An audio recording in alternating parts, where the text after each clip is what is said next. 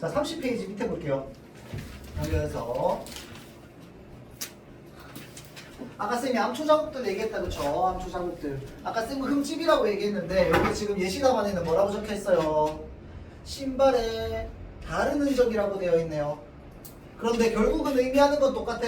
이 다른 흔적이 결국은 부모님이 밖에서 수고롭게 일하고 있는 것을 의미한다는 거. 그래서 결국 이 배바닥에 긁힌 암초 자국이라고 하는 건 부모님의 수고와 고단한 생활로 인한 상처, 수고, 상처라고 할 수 있겠죠. 자, 그래서 아까 이야기했던 부모님의 어떤 수고로움과 어떤 고생 이런 것들이 지금 이 암초 자국으로 드러난다라고 할 때 맞는 말이 되는 겁니다. 자, 다음 옆에 넘어가가지고 이 포스트잇 한번 볼까요? 시적 화자의 유형. 표면에 드러난 화자, 표면에 드러나지 않는 화자. 화자가 시에서 화자가 나는 또는 우리는 이라는 표현이 있으면 이거는 1인칭 표현이잖아. 맞죠? 나, 우리 이런 건 1인칭이죠. 인칭 알지 여러분들? 영어 할 때 이미 했을 거 아니야. 맞죠?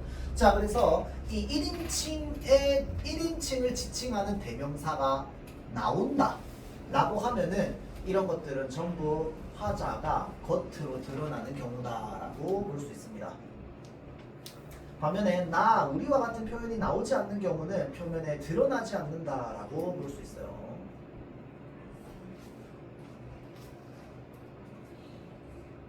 자, 다음. 자, 봅시다. 자, 행동에 담긴 화자의 생각이나 정서. 자, 밥 냄새가 솔솔 익어가는 항구에 앉아서, 현관에 앉아서 남았죠. 현관에 앉아서 배를 만져보는 거. 사실은 뭘 만져보는 거야? 부모님의 구두를 만져보는 거야. 그렇죠? 자, 그 다음에 배바닥에 오래 긁힌 이 암초 자국을 뭐 한다? 오랫동안 바라본다. 오랫동안 바라보는 행위 자체가 그 대상에 대해서 애정을 가지고 있는 거라고 했어요. 근데 이 애정이 무엇으로 인해서 생긴 애정이야? 부모님의 수고로운 삶에서 비롯된 애정이야. 그래서 조금 더 넘어가면 부모님의 수고로움에 대한 어떤 감사함 이런 것들이 되겠죠. 자, 그래서 일함에 겪은 수고와 고단함, 그 다음에 부모님에 대한 애정. 자, 화자의 특성은 아까 표에서 보면서 얘기했고요. 말하고자 하는 바도 아까 얘기했고요. 그 다음에 동화 같은 분위기나 이런 것들도 아까 표에서 얘기했다, 그쵸? 자, 그래서 아까 그 앞에 표에 적혀 있는 것들이 전부 뭔데? 이 학습 활동의 답입니다. 학습 활동의 답. 맞죠? 학습 활동에 있는 이 답, 이 문장을 여러분들이 서술형에 써야 돼. 물어보는 거나 달라지는 거야. 어차피 써야 되는 건 매 한 가지야. 맞죠? 빈칸으로 쓰든 문장으로 전부 다 쓰든 무조건 쓰는 거야. 쓰는 건데 물어보는 말이 달라질 거라고. 물어보는 말이 달라질 때 여기서 물어보는 말이요 이 문장이랑 똑같은 말이네. 그러면 똑같은 거 쓰면 돼. 알겠죠? 이 문장이 현혹될 필요 없습니다. 아저씨 앞에 보세요. 자, 다음 비린내라뇨.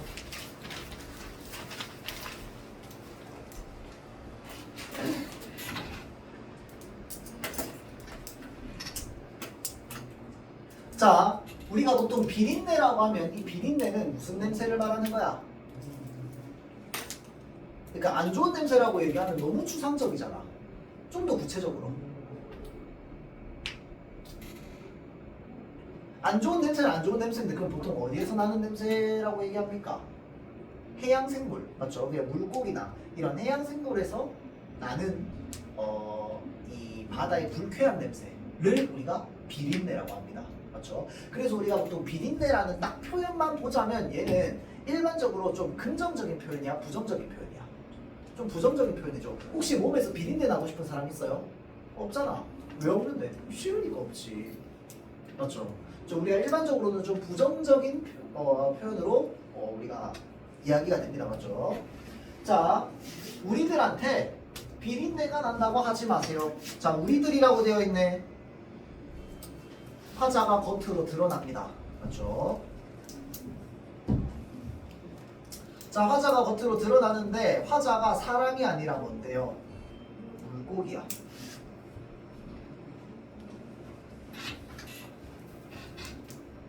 자, 물고기의 시선에서 인간 보고 뭐라고 얘기합니까? 코 막지 마세요라고 얘기합니다. 코 막지 마세요라고 얘기하는 이유가 뭔데? 우리들의 비린내를 안 좋게 바라보지 마세요. 이런 의미겠다. 그쵸?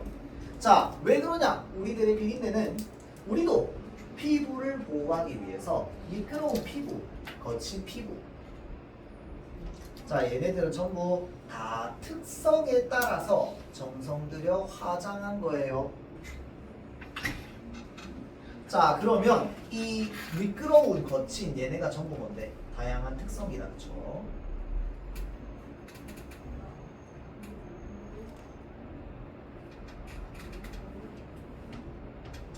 자, 그래서 특성에 따라서 우리 물고기는 자, 이런 것들을 우리가 입상이라고도 하고 물고기의 좀 어려운 말로 속성이라고도 얘기합니다. 이거는 고등학교 2학년 모의고사에서는 속성이라는 말이 나왔던데 이 속성이라는 말 참 많이 쓰거든요, 쌤이. 자, 화자가 어떤 공간에 갔다가 돌아왔어요. 갔다가 돌아왔는데 노을빛에 젖어서 노을빛에 자줏빛으로 젖어서 돌아왔다 라는 표현이 있어. 자, 그러면 그 공간에 갔다가 돌아왔는데 노을빛의 자줏빛에 젖어서 돌아왔다. 노을빛이 혹시 자주색이에요? 노을빛이 보라색은 아니잖아. 맞죠? 그러면 이 시에서는 노을빛을 어떤 속성을 가지고 있는 대상으로 보는 거야? 자줏빛을 가지고 있는 대상으로 보는 거야.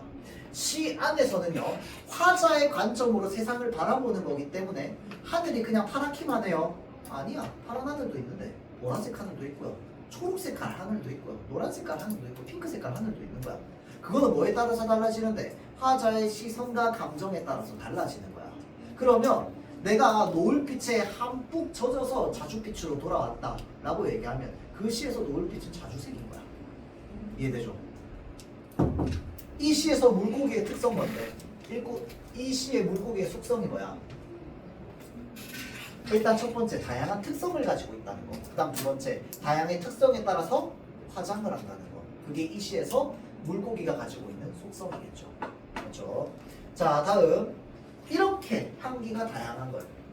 무조건 다 비린내 아니야. 자, 말하고자 하는 게 바로 뭐야? 향기가 다 다양하다는 거거든.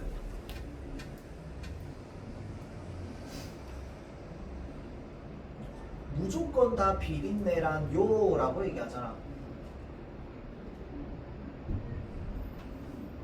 자, 그래서 밑에 요거 그대로 인간 중심의 편협한 관점을 비판한다. 아니, 우리도 냄새가 다 달라요. 붕어는 붕어의 냄새, 잉어는 잉어의 냄새, 도다리는 도다리의 냄새, 광어는 광어의 냄새, 다 다르단 말이에요. 그런데 우리들의 냄새를 하나로 퉁 쳐서 묶어서 비린내라고 이야기하다니요. 이거 정말 모욕이에요 라고 얘기하는 거잖아. 맞죠? 자, 그래서 이 인간 중심의 편협한 관점으로 그 대상을 바라봤기 때문에 비린내다 라고 이야기한다는 거야. 여러분들 혹시 청소년 필독 도서긴 한데 물고기는 존재하지 않는다라고 하는 책이 있어요. 혹시 제목만이라도 들어봤을까요? 안 들어봤어? 나중에 꼭 한번 읽어보세요. 정말 좋은 책입니다. 정말 좋은 책이야. 근데 정말 어려워. 중학교에서 고등학교 올라갈 정도의 어떤 정도가 되면 좀 읽어볼 수 있을 거야. 좀 길어요. 두꺼운 책인데 수필이에요. 수필. 이제 그 미국의 방송 작가 일을 하다가 우울증이 너무 심하게 걸려가지고 이제 모든 일을 그만두고 뭔가 몰두할 수 있는 일을 찾다가 뭘 찾게 되냐면요, 어떤 인류학자라기보다는 분류학이라고 하는 게 있어. 분류학이라고 하는 게 뭐냐면 이 세상에 있는 어떤 생물이나 뭐 이런 것들을 분류를 나누는 거야. 여러분들 혹시 그거 외웠어요? 무슨 종, 무슨 목, 무슨 과, 뭐 이런 것들 혹시 들어는 봤어? 생물종 이렇게 나누면 일단 종으로 나누죠. 무슨 종, 무슨 종, 무슨 종. 종에서 밑으로 내려가는 거야. 아마 과일걸? 고양이과, 개과, 뭐 이런 식으로. 그 호랑이는 고양이과잖아. 이런 과를 나눠요. 그 다음에 밑으로 내려가면 뭘 나눠요? 종을 나눌 걸 아마? 아닌데 종은 아까 나눴잖아. 종, 과. 알아요, 현재? 얘기 좀 해주세요. 나 진짜 기억이 안 나서 그래. 과목에서 개가 제일 큰 거. 걔가 제일 큰 거야. 그럼 걔가 제일 크고 그 다음 밑에 뭔데? 문이야? 그 다음에는? 아 됐어 오케이 알겠어. 나는 내가 아는 선까지 하여튼 종과 뭐 이런 겁니다. 알겠죠? 이런 것들을 분류하는 거를 분류학이라고 합니다. 그래서 한 분류학자가 엄청난 고생이나 이런 걸 함에도 불구하고 아랑곳하지 않고 끝까지 자신의 분류학에만 몰두하는 어떤 인물을 찾게 돼요. 방송작가였던 사람이. 그래서 이 사람 덕질 파기 시작합니다. 그러면 학자를 파잖아요. 그럼 뭘 파게 될까요? 그 사람이 썼던 논문을 파기 시작합니다. 여러분들 이런 덕질 살면서 안 해봤죠? 난 해봤다. 진짜 재밌어요. 야 진짜 재밌어. 이게 진짜 학문을 공부하는 묘미야 여러분들. 알겠죠? 나는 내가 좋아하는 작가가 있잖아요. 이 작가가 대학생 때 썼던, 대학 원생 때 썼던, 박사과정에 썼던 논문까지 다 찾아봐요. 나는 인터뷰 다 찾아보고. 이것도 덕질이잖아. 맞죠? 이제 그 덕질을 시작해요. 그 글쓴이가. 그 덕질을 시작하다 보니까 이 사람이 뭘 깨닫게 되느냐, 이 작가가. 세상에 안 적어도 돼. 어류라는 것은 없다라는 걸 깨닫게 돼요. 어류 있잖아. 근데 왜 어류는 없다고 얘기했을까? 그래서 제목이 물고기는 존재하지 않는다거든. 근데 이 글쓴이는 깨달았다. 글쓴이는 깨달았는데 그 연구하던 그 연구학자는 혹시 못 깨달았을까? 그래서 글쓴이가 생각합니다. 아마 깨달았을 거라. 그런데 깨달았음에도 불구하고 평생을 바쳐서 해왔던 그 연구를 어류가 없다는 이야기로 이때까지 평생 해왔던 연구를 다 뒤집어야 되는 거거든. 젊음이 삭제되는 거야. 젊음을 다 바쳐서 어류에 대한 연구가 됐는데 그 학자는요 이 물고기의 종만 남은 연구를 했거든요. 그래서 어류라고 하는 것을 연구했는데 사실은 알고 봤더니 어류라는 것도 어찌 보면 존재하지 않는 것일지도 모른다 라고 하는 결론에 기결되게 돼요. 왜 그러냐면 어류도요 어떤 물고기의 종류는요 사슴이랑 비슷한 장기 구조를 가지고 있고 어떤 어류는요 토끼랑 비슷한 장기 구조를 가지고 있거든. 그러니까 어찌 보면 얘네들은 물속에 사는 생물이라고 해서 그냥 다 어류로 퉁쳐버린 거거든. 너무 인간 중심의 관점으로 이 세상의 생물들을 봤던 것이 아닐까. 그런데 그 학자도 분명히 그것을 깨달았을 텐데 그 학자는 왜 그것을 그렇게 놔둘 수밖에 없었을까. 그 학자가 나중에 뭐가 되냐면 인종차별주의자가 되거든. 그래서 그 대단했던 삶을 살았던 사람이 나중에 히틀러의 밑에 들어가요. 그래서 히틀러의 밑에 들어가가지고 이 히틀러가 얘기했던 이 인종차별, 히틀러는 유대인을 차별했잖아. 맞죠? 이 유대인을 차별했던 이론을 제공했던 이제 학자로 남을 수밖에 없었던 이유는 무엇이었을까? 막 이런 것들을 고민하면서 삶의 의미를 되찾는 거야. 그렇게 살면 안 된다는 교훈을 얻은 거죠. 자, 그래서 하여튼 내가 그 책에서 봤던 것 중에 하나가 이거 실제로 그럴 수도 있고 아닐 수도 있어. 이건 하나의 썰일 뿐이니까. 어찌됐건 간에 어류라고 하는 것도 어찌 보면 우리가 세상을 물속에 사는 생물이라고 해서 걔네를 퉁쳐가지고 어류라고 얘기했던 건 아닐까? 라고 하는 또 생각이 기결되게 되는 뭐 그런 책이 있습니다. 알겠죠? 나는 이 시를 읽으면 그 책이 떠올라요. 생각해봐. 광어 입장에서도 광어랑 방어랑 고등어랑 자기들끼리 냄새가 다 다르다고 생각할 수 있는데 소통 방식도 다르고 다 다를 거 아니야. 맞죠? 그런데 우리는 걔네 냄새를 다 뭐라고 퉁치는 거야? 비린내라고 퉁치는 거야. 그 말은 무슨 말이야? 여러분들이 그냥 저기 중학교 2학년의 학생이라고 그냥 중학교 2학년 학생 퉁쳐서 그냥 끝내는 거야. 난 되게 착한데 세상에서 나를 보고 막 중이병이라고 얘기하는 거야. 나는 그런 행동 한 적이 없는데. 맞죠? 이런 것들이 전부 뭐야? 언어에 담겨있는 폭력들인 거죠. 맞죠? 시선에 담겨있는 폭력들인 거고. 자, 그래서 무조건 다 비린내라뇨라고 하는 건 뭐야? 인간 중심으로 대상을 바라보는 어떤 이 시선을, 폭력성을 비판하고 있는 거죠. 그렇죠? 자, 이건 정말 언어 폭력이에요. 왜 폭력이라고 얘기하는데 자기 중심적으로 대상을 평가하는 것을 지금 폭력적이라고 얘기하는 거죠. 여기서 말하는 자기 중심적인, 인간 중심적인 걸 말하는 거겠다. 그렇죠? 자, 그러면서 물고기 일동 무슨 형식? 편지 형식. 자, 편지 형식으로 시를 마무리 지음으로써 얻을 수 있는 효과는 뭘까요? 이 물고기 화자의 말을 인간들에게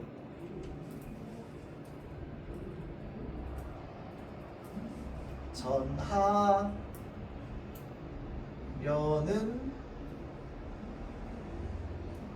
의도가 담겨 있겠죠. 편지는 누군가한테 전해주는 거잖아. 맞죠? 자, 그래서 편지 형식으로 마무리하면서 이 물고기 화자가 했던 이 말을 인간들에게 전달하고 싶은 의도가 담겨 있는 거겠죠. 그렇죠? 자, 그래서 요구사항 전달.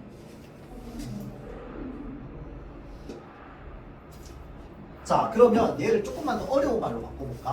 물고기 일동이라고 되어 있으니까 물고기 딱 적혀 있잖아. 화자 맞아 아니야? 화자 맞지? 자, 그러면 화자를 밝힘으로써 작가가 전하려는 의도 또는 그 자기 중심적 관점이 가지고 있는 폭력성을 전하려는 의도를 전달하려고 한다. 맞는 말, 틀린 말? 맞는 말이 되겠죠. 그렇죠? 화자를 밝힘으로써 인간 중심의 사고방식이 가지고 있는 폭력성을 전달하고자 한다. 맞는 말인 거야. 알죠? 자, 다음 페이지 넘어갑시다. 요거 밑에 넘어갑시다. 화자의 특성. 자, 이 시에 나타나는 화자의 특성은 어떤 특성인데요? 자, 물고기를 뭐 했어? 의인화했네요. 인간이 아닌 대상을 인간처럼 얘기했습니다. 의인법. 자, 그럼 물어봅시다. 비유적 표현을 통해서 화자의 어떤 메시지를 전달하고 있다. 맞는 말, 틀린 말? 맞는 말. 왜? 의인법도 비유법 중에 하나니까. 그렇죠? 자, 다음 1인칭 화자인 우리로 표현됩니다. 물고기가. 참. 그 다음에 요것도 표시. 허구적인 화자라는 거.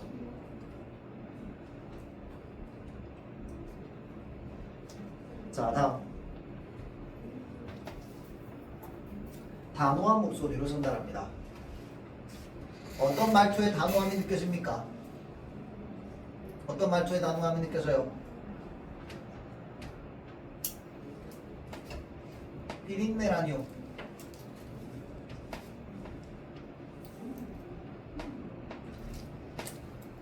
비린내 난다고 하지 마세요. 고막지 마세요. 잔소리하지 마세요. 단호한 어조. 그렇죠?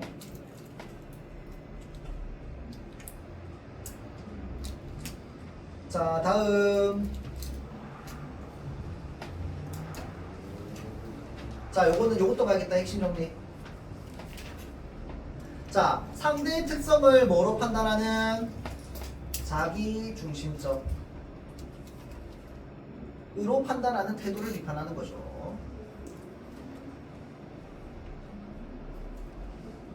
자, 물고기를 화자로 설정해서 인간에게 요구사항을 전달하는 또는 편지 형식을 통해서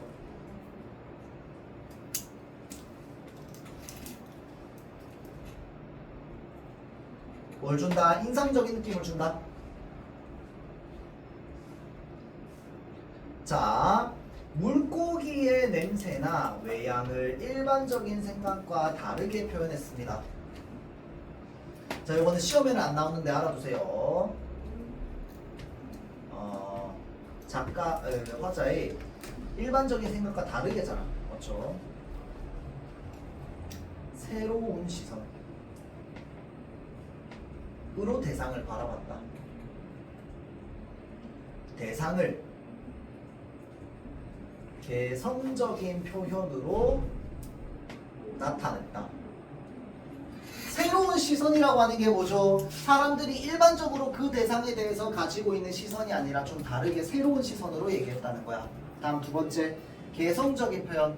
개성적인 표현이라고 하는 게 뭐야? 남들 다 하는 게 개성적인 거야.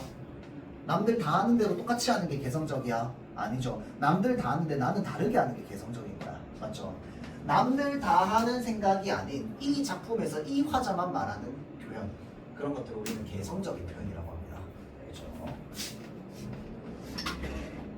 자, 물고기가 비린내를 풍기고 있는 게 우리 특성에 맞게 화장했다고 얘기하잖아. 맞죠? 이런 것들이 뭐야? 이 시에 드러나는 개성적인 표현인 거지. 그렇죠? 자, 명령문 뭐 있어? 마세요. 높임 표현의 명령문이죠.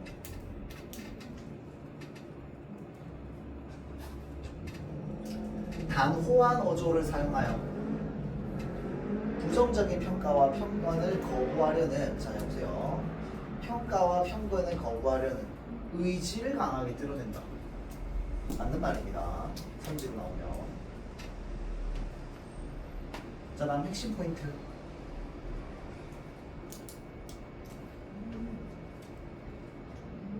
화자가 네 글자인데 네 글자가 뭐야? 물고기들이야.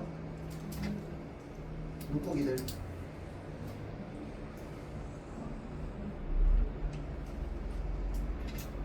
피부를 보호하기 위해서 정성스럽게 화장하고 향기가 다양하다는 거. 요거 두 개가 이 시 안에서 물고기 드러나는 물고기의 속성이었습니다. 자, 화자의 특성 보자는 거잖아. 특성. 이 시의 화자의 특성은 일단 제일 큰 게 뭐야? 사람이 아니다야. 맞죠? 사람이 아닌 화자를 제시함으로써 얻을 수 있는 효과. 실제로 대화할 수 없는 대상. 방금 내가 말했던 뭐랑 똑같아? 사람이 아닌 대상. 에 목소리를 직접 듣는 것처럼 표현할 수 있는 게 이제 이 물고기 화자의 특징이죠. 자, 다음 독자가 화자인 물고기의 이거 뭐야? 시선이야? 뭐라고 적혀있어요? 입장. 자, 물고기의 입장에서 시적 상황을 이해할 수 있다. 자, 독자가 화자의 생각을 분명하게 알 수 있다. 왜? 직접 그 화자가 막 나와서 얘기하는 거니까 직접적으로 얘기하는 거죠.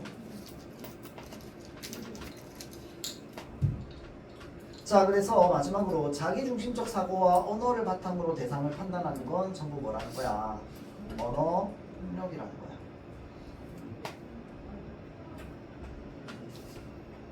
그래서 자기중심적 생각에서 벗어나서 대상을 있는 그대로 바라보자 라고 얘기하는 게 이 시의 핵심이죠. 자, 요거 3번을 가려 꺾어 했어 안 했어? 학교에서 이 시체도 다 나갔어. 그 시조의 잠깐만. 여기 프린트의 시조야. 그 저기 시조의 특성 있어. 일단은 여기 있는데. 잠깐만, 1단원 진도를 안 나왔다고? 아, 그러면 지금 1단원 3번을 가려 꺾어까지 했다 손. 야, 이거 진도 차이 많이 나네. 맞죠? 이거 3번을 가려 꺾어에서 시조의 특징 해가지고 뭐 초장, 중장, 종장, 3장, 6부, 45자 내외, 4음보 이거 전부 다 했겠어? 음보가 뭔지도 배웠어요? 오케이. 띠로링. 자, 봅시다. 시조입니다. 시조. 시조는 언제부터 사용되었을까요? 나 역사 좀 했다. 아는 나라나 얘기해봐. 고려? 또? 뭐라고요? 고구려? 또? 신라? 또? 오케이, 신라, 백제, 고구려는 하나 세트로 묶읍시다. 어차피 한 시대에 있었으니까. 또? 조선? 아래? 뭐라고요? 어디까지 가는 거야? 그때 글자를 제대로 썼을까요? 하여튼 자, 봅시다. 시조는 언제부터 사용되었느냐? 고려 말부터 사용되었습니다.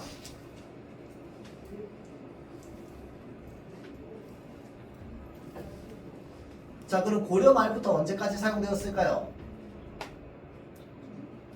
지금까지 쓰고 있습니다. 시조는 아직도 써요, 여러분들. 시조로 책 내는 사람도 있어요. 여러분들 관심 없어서 그렇지. 나도 관심 없고.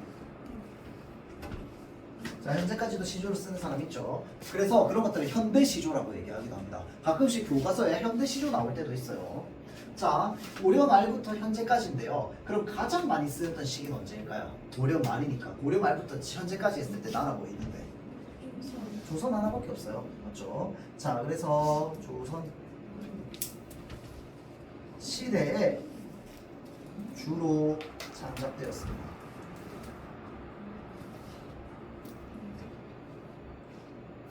무엇에 영향을 받았을까요? 시조는 학교에서 이런 거 배웠어? 배우진 않았어? 자, 시조는 우리나라 문학입니다. 그게 무슨 말이냐면 다른 나라에는 이런 형태가 없어. 한자로 쓴 시를 한시라고 하는데 한시는 중국에도 있어요. 그리고 우리가 지금 쓰는 일반적인 그냥 뭐 자유시 있잖아. 아까 봤던 뭐 비린내라고 이런 거 다 서양에서 들어온 서양 스타일의 시입니다. 이 우리나라에서 진짜 아주 독특하게 만들어진 문학의 형태거든요. 자, 그래서 이 조선시대에 주로 창작이 되었고요. 고려에서 조선으로 넘어가던 시기, 이 고려 말기에요, 여러분들. 어느 사상이 유입되기 시작할까요, 우리나라에? 조선시대의 대표적인 사상이 무슨 사상이야? 유교 사상이야. 유교가 언제부터 들어오냐면 고려 말기부터 들어오거든요. 고려 말기부터 들어오는데 고려 말기에 당시에 유교는 새로 들어온 거잖아. 그러면 힙할까 안 힙할까? 되게 힙한 학문이 그때 당시에 유교였어요. 어디에서 들어왔어? 유교는 우리나라 거야? 어느 나라 건데? 중국 거죠. 공자왈, 맹자왈, 공자 선생님 얘기하신 거 아니야? 맞죠? 공자 선생님 2000년 전 사람인데 그때 이야기했던 그 유교가 명나라 때 유행을 했어요. 이 명나라 초기에 우리나라가 이제 고려에서 조선으로 넘어가는 시기였거든. 자, 그래서 야, 명나라에 요즘 이게 힙하다더라. 우리 공부 한번 해볼래? 고려로 들여온 거야. 그래서 그런 이 유교라고 하는 사상을 고려에 들인 사람들은 혹시 뭐라고 얘기하는지 압니까?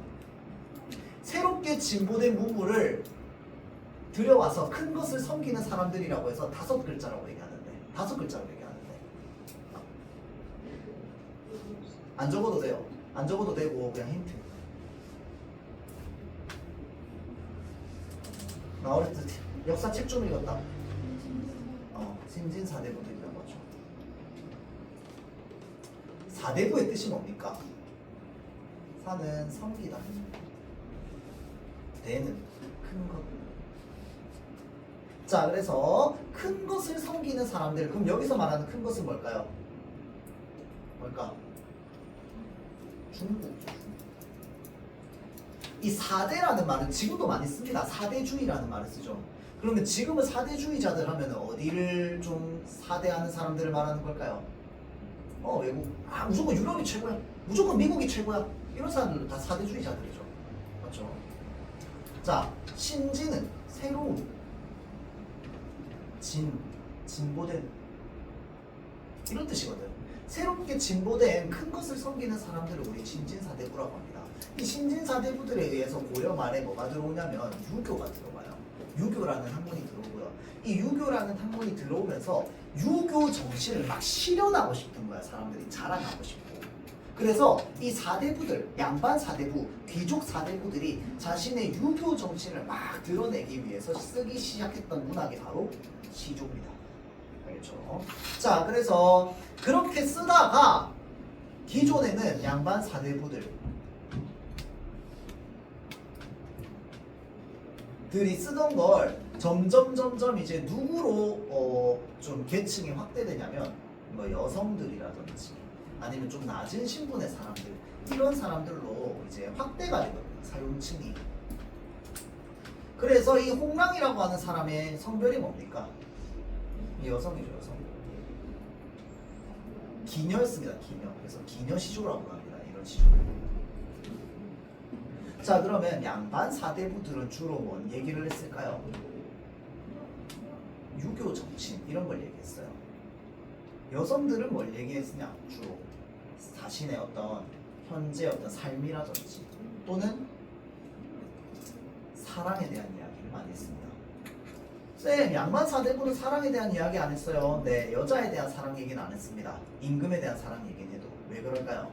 남녀 간의 사랑은 천한 거라고 생각했거든요. 무슨 쌍스럽게 사랑 얘기야 라고 하면서 안 썼습니다.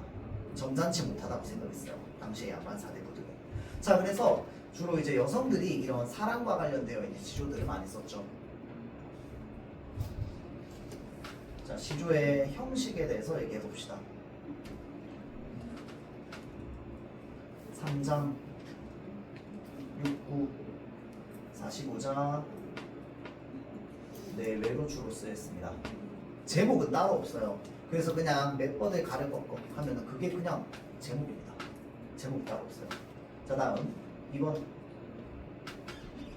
사음보의 운율을 가지고 있다. 자, 여기까지만 보고 나서 한번 살펴볼게요. 3장 6구라고 되어 있는데 3장 할 때 장이 뭐 할 때 장이야? 문장 할 때 장입니다. 문장. 세 문장으로 되어 있다. 하나, 둘, 셋. 그래서 세 개의 장이 어떻게 나뉘는 거야? 첫 번째를 초장, 첫 줄이라는 뜻이야. 가운데 줄을 뭐라고 하는데 중장, 마지막 줄을 종장 이렇게 얘기하죠. 6구는 어떻게 나뉘는 걸까요? 몇 번을 가려 꺾고 보내노라 님에게 주무시는 창밖에 심어두고 보소서. 밤비에 세입이 나거든 날인가도 여겨소서 라고 하면서 딱 6개의 구로 나눠진다라고 해서 3장 6구라고 알겠죠? 3장 6구. 자, 그 다음에 사음보의 운율을 가지고 있어요. 음보라고 하는 건 우리가 읽으면서 자연스럽게 끊기는 리듬을 음보라고 합니다. 겉으로 드러난 건 아니고 뭔가 표시가 있는 건 따로 아닙니다. 읽다 보면 자연스럽게 탁탁 쉬어가면서 끊기는 부분들이 있어요. 그것들을 우리는 음보라고 합니다. 사음보 어떻게 끊기는데요? 산벌을 가려 꺾어 보내노라 님에게 주무시는 창밖에 심어두고 보소서. 밤비에 세입이 나거든 날인가도 여기소서.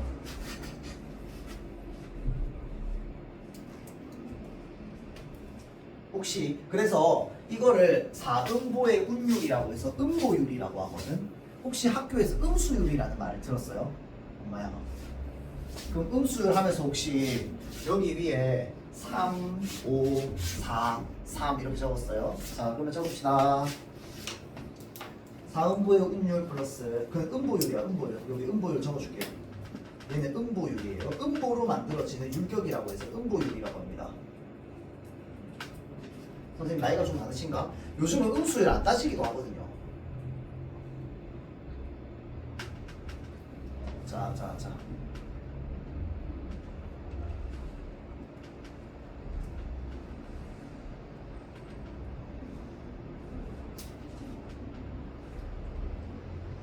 글자 수로 운율을 맞춘다고 해서 얘네를 뭐라고 얘기하느냐? 뭐야?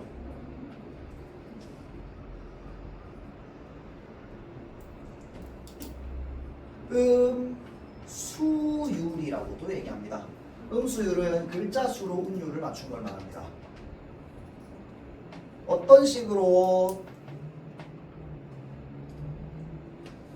세 글자, 다섯 글자, 네 글자, 세 글자. 자, 3, 4, 3, 4 이런 식으로도 많이 하고요. 3, 5, 4, 3 이런 식으로도 많이 합니다.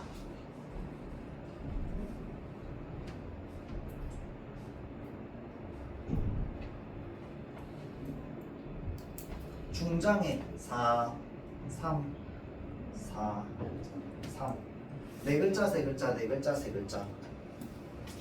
자, 그래서 이런 것들을 네 글자, 세 글자, 4, 3조라고 합니다. 학교에서 그것도 했어? 오케이. 자, 4, 3조로 글자 수가 운율이 맞춰져 있어요. 어디에서? 중장에서. 중장. 그리고 초장도요. 이거는 음수율이 맞춰져 있는 건 아니지만 아주 전형적인 시의 형태라고 볼 수 있습니다. 3, 4, 3, 4, 4, 3, 4, 3, 3, 5, 4, 3 이런 것들이 이렇게 글자 수로 맞춰가지고 저기 운율이 맞춰지는 거거든요. 자, 그 다음 마지막 세 번째 종장의 첫 음보는 상음절로 고정되어 있습니다. 시조가요 요렇게 생긴 형태 초장, 중장, 종장이 깔끔하게 한 줄 한 줄 한 줄 이렇게 되어 있는 거 있죠. 45자 내외로 딱 깔끔하게 떨어지는 거. 요런 것들을 우리가 평시조라고 해요. 일반적인 시조라고 해서 평시조. 그런데 평시조에서 이 조선 후기로 점점 넘어가잖아.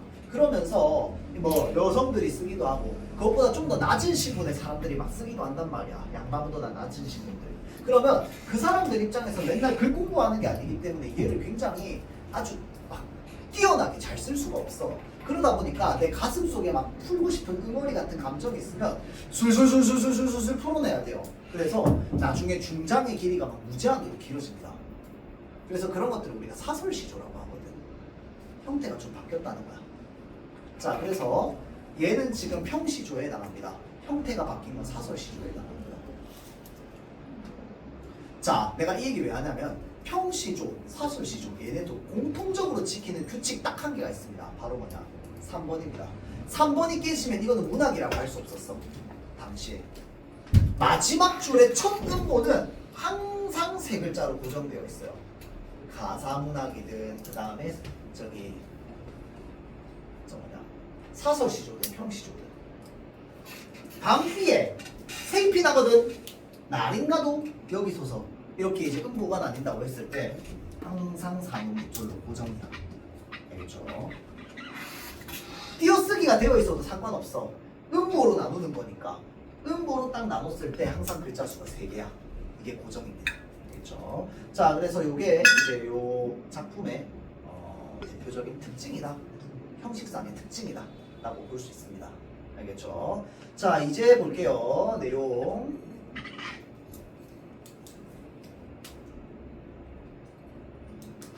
자, 산버들은 산에 있는 버드나무다. 그쵸? 산에 있는 버드나무를 가려 꺾는다라고 하는 건 골라 꺾는다.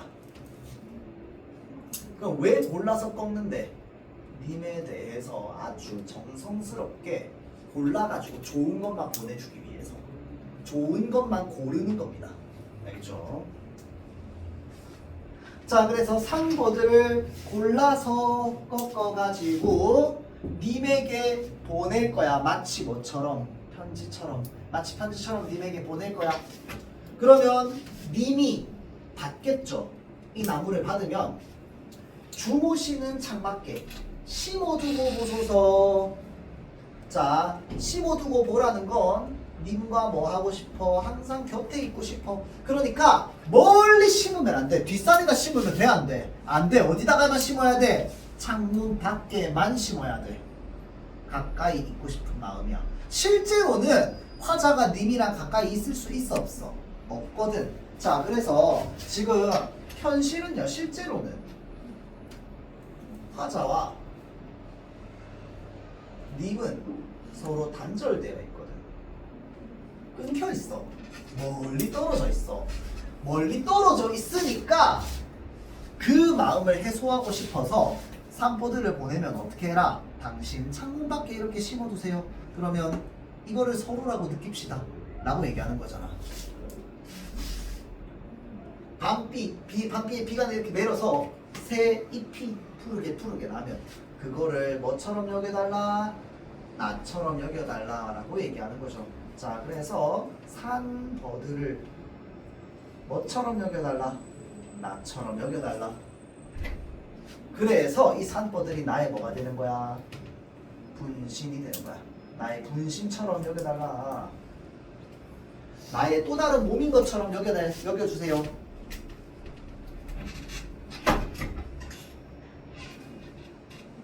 자, 그러면 이렇게 얘기하는 이유가 뭔데? 산버들 보내는 이유가 뭐예요? 뭐라고요? 화자가 버드나무 꺾어가지고 보내는 이유가 뭐야?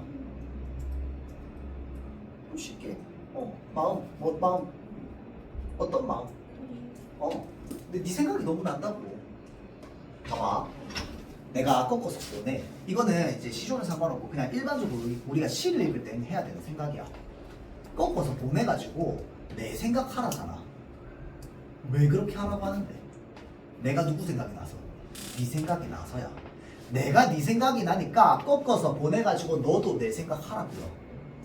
의도가 그거잖아. 그러면 결국은 시는 화자 중심이잖아. 화자 중심으로 생각하면 결국 화자가 뭐 하고 싶은 거야? 화자가 뭐 하고 싶은 거예요?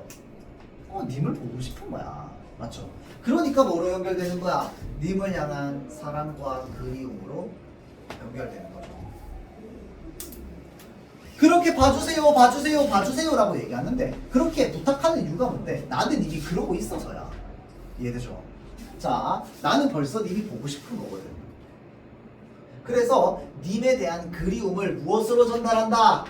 산보드로 전달한다. 맞는 말. 자, 님에 대한 그리움을 자연물로 전달한다. 맞는 말, 틀린 말. 맞는 말. 산보드 자연물이잖아. 맞죠? 자, 다음 뒤로 넘어갈게요.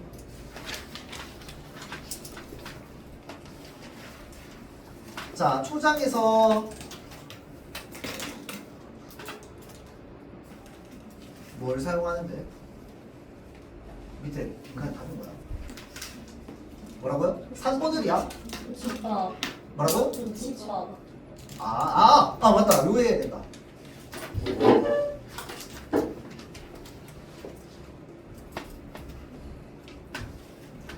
뭘 강조하는 거야?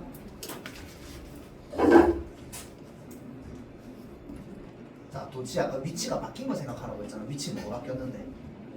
님에게가 바뀌었잖아. 그럼 뭘 강조하는 거야? 님을 강조하는 거야. 님. 그렇죠? 님이 보고 싶으니까. 님에 대한 보고 싶은 마음이죠.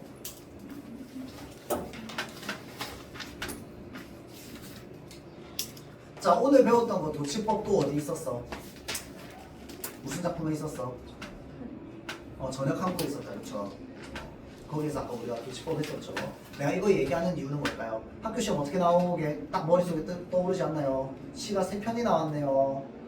가, 나, 다. 가는 저녁 한국. 나는 뭔데? 비린내라뇨. 다는 뭔데? 3번을 가릴 거고. 1번 문제 뭐로 나올까요? 가에서 다로, 가에서 다 공통점으로 옳은 것을 고르시오. 또는 뭐야? 가에서 다 작품의 특징으로 알맞은 것을 고르시오. 1번, 2번, 3번, 4번.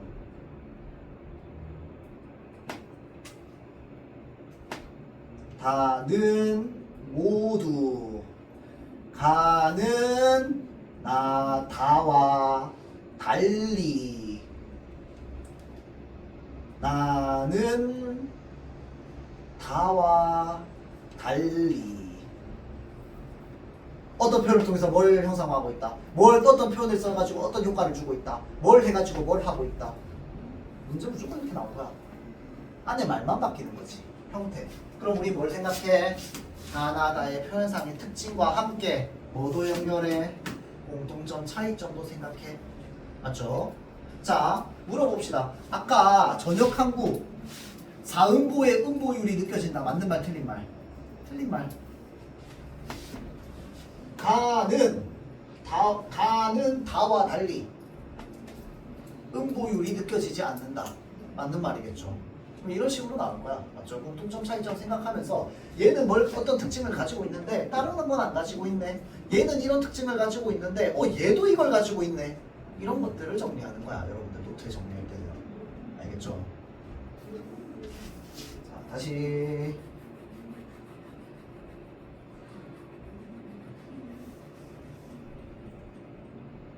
도치법을 사용해서 뭐와 같이? 저녁 항구와 같이. 그렇죠? 자, 사용해서 핵심 소재인 산버드를 부각한다. 자, 다음 자연물을 매개체로 삼아서 이거 아까 쌤이 얘기했네. 매개체가 무슨 뜻인데?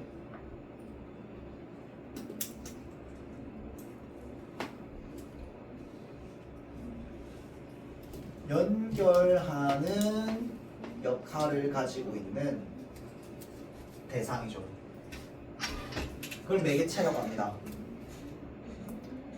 자연물을 매개로 하여서 무엇을 말하고 싶다? 사실은 님을 그리워하는 마음을 말하고 싶은 거야. 자연물을 보내가지고 그 산버들이 자라는데 그거 보고 내가 너를 감시하겠어. 이건 나의 CCTV야. 뭐 이런 의미가 아니잖아. 맞죠? 자, 나라고 여겨달라며. 왜 여겨달라고 하는데? 그거는 내 생각을 해달라는 거거든. 걔를 보면서. 왜 내 생각 해달라고 하는데? 나는 네 생각이 나니까. 알겠죠? 자, 님을 그리워하는 마음을 표현했다. 자, 다음 초장. 화자가 님에게 예쁜 너를 가려서 보냈다. 산버드를 꺾어서 보냈다. 자, 잠을 자는 창가에 자신이 보낸 산버드를 심어두고 바라봐달라고 한다. 산버들의 새잎이 나면 자신처럼 여겨달라고 얘기한다. 자, 산버들의 의미와 역할. 자, 님을 그리워하는 화자의 마음이 담겨있죠.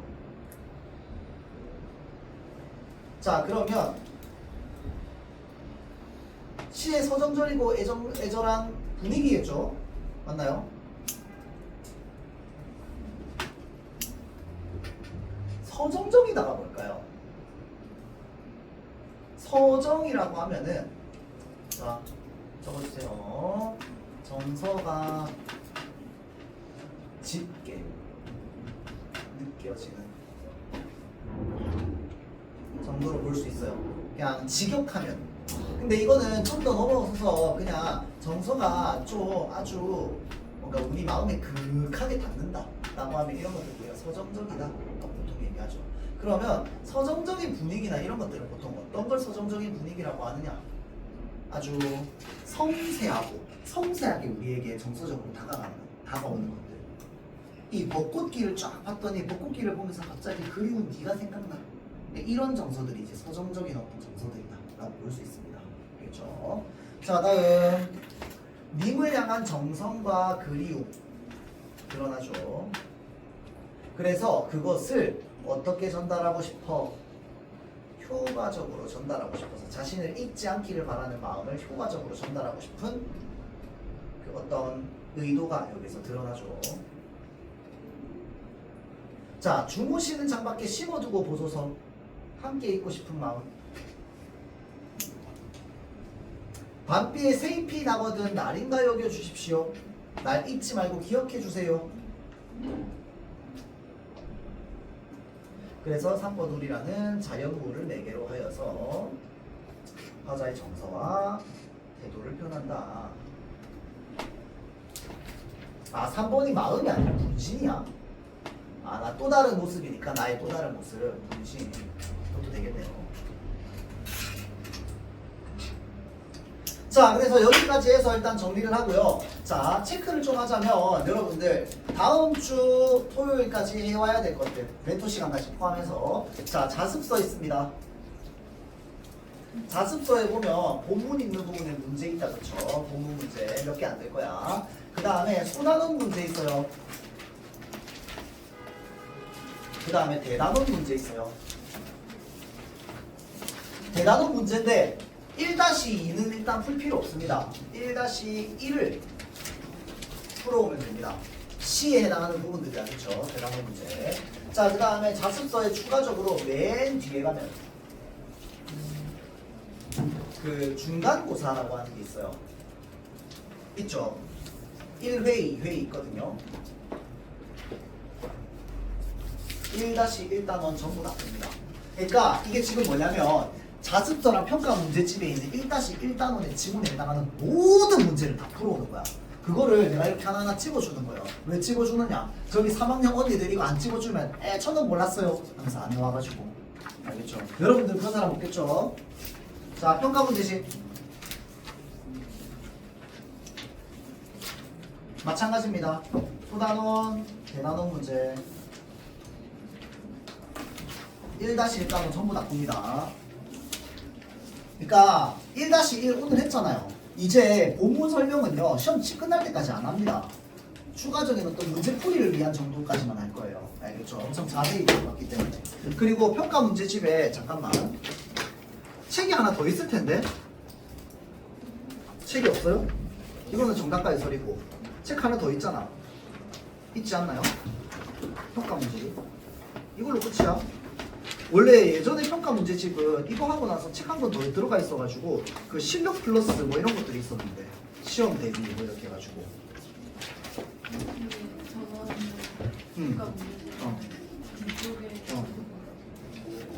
아 요렇게 돼 있네. 평가 문제집에 229페이지 펼쳐보세요. 실력업이네.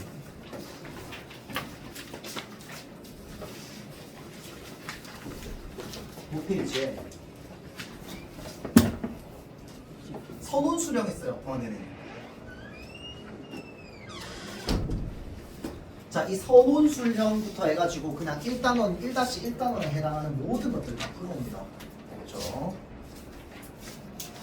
자, 이거를 집에서도 좀 하고요. 그 다음에 저기 평일에 멘토 수업 들어온다, 그쵸? 평일에 멘토 수업 들어오면서 하는데 봐봐봐. 집에서 다는 아닌데 조금은 풀어오면 좋아요. 그러면 학원에 오자마자 매길 필요 없고 학원에 오자마자 매기는 것도 가는 거야. 그럼 틀린 거 있을 거 아니야. 선생님들이 돌아다니잖아. 그럼 틀린 거부터 보여드려. 그 틀린 거 설명드리고. 그 다음 또 풀어요. 풀 때요. 중간중간에 한 20문제, 30문제 정도 풀면 중간중간에 매기세요. 이게 좀 귀찮은 거 아는데 매겨놔야 선생님들이 와가지고 틀린 거 설명을 해줄 수가 있어. 알겠죠? 자, 마칩시다.